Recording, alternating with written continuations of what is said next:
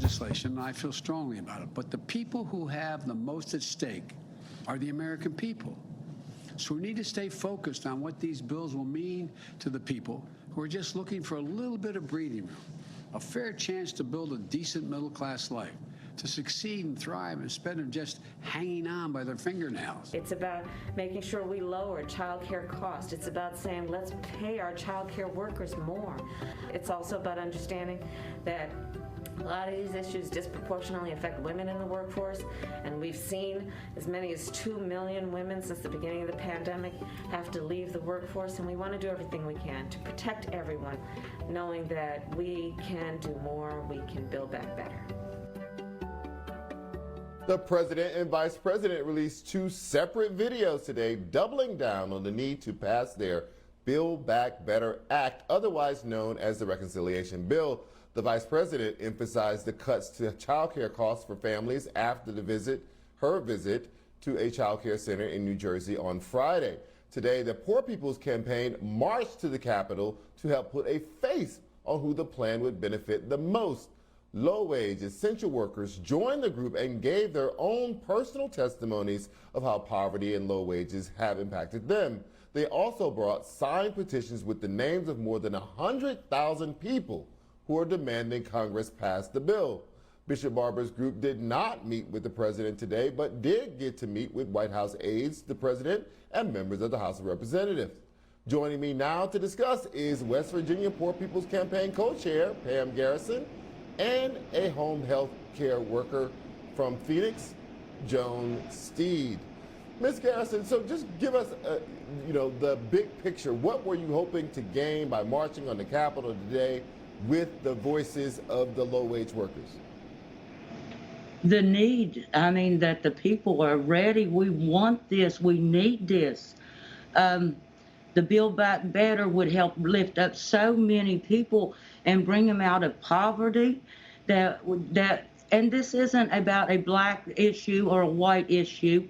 We're Americans. This is an American issue. We haven't invested in our country since the industrial age. It is past time that we invested in us, the people. You invest in the people, and we'll get this country back going. We're not asking for a handout. We're asking for a hand up. We're asking for just a fair chance, a fair wages. The Build Back Better plan, and we don't want it skinny down. What it is now is what we need. Right. Ms. Steede, I would like to, tell us how the Build Back Better plan would help you believe, in your life right now. I care for people whose grandchildren make more money at Starbucks than I do. And I'm caring for someone who's terminally ill under hospice. They need care that is above the normal care. And yet I get paid the same wages as someone who works in fast food or mops floors. And I don't think America knows the impact this bill will have. If the children are cared for and the women and men who work can afford daycare, then America will get back to work, will begin to prosper, and we'll see things change.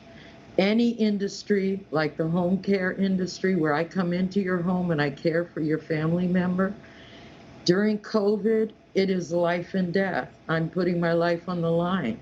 And to see childcare get financed, to see women paid the wages they deserve.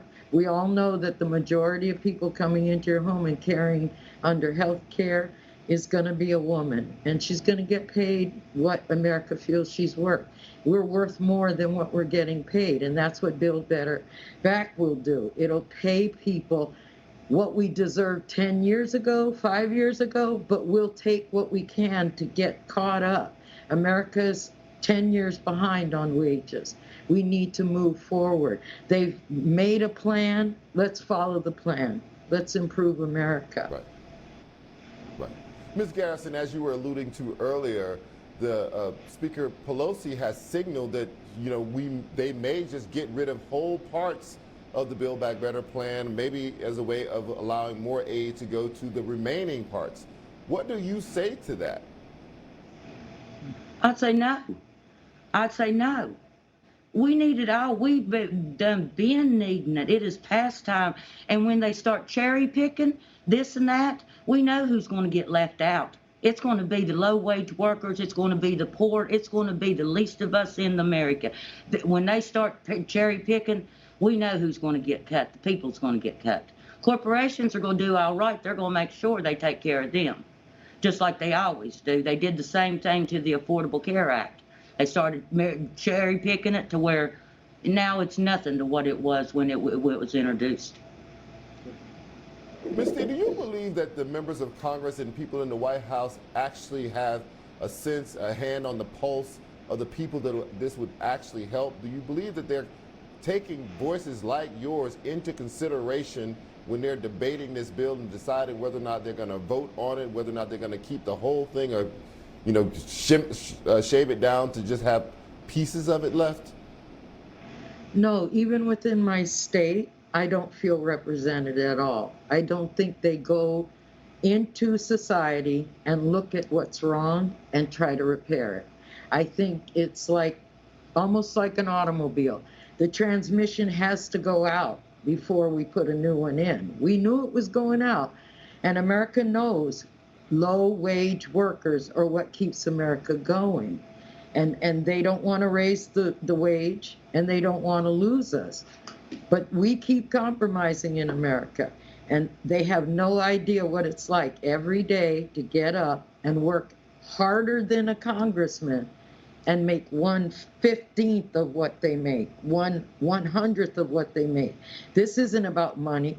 This is about how hard people work day to day, and you sit in a Congress seat and you debate whether or not society can change.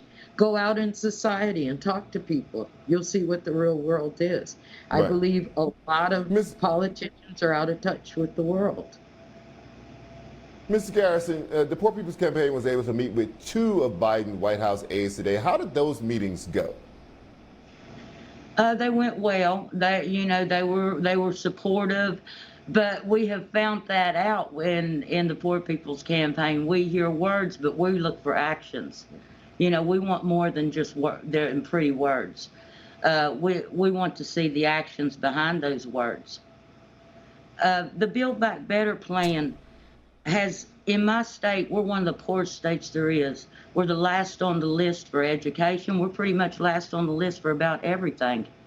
And then my senator's standing up there telling me, well, I should be happy I'm surviving. I don't need a 15 minimum wage. I can survive on less than that. I can make do. He looks down at his nose at us from his yacht and tells us, oh, I know where you're coming from. I'm on your side. And then he goes on the floor and does just the opposite and tries to cut everything that's for the people plumb out of it. You're not representing me. You're not representing our state. You're representing your dark money and your pockets. And we know it. And we're calling him out on it.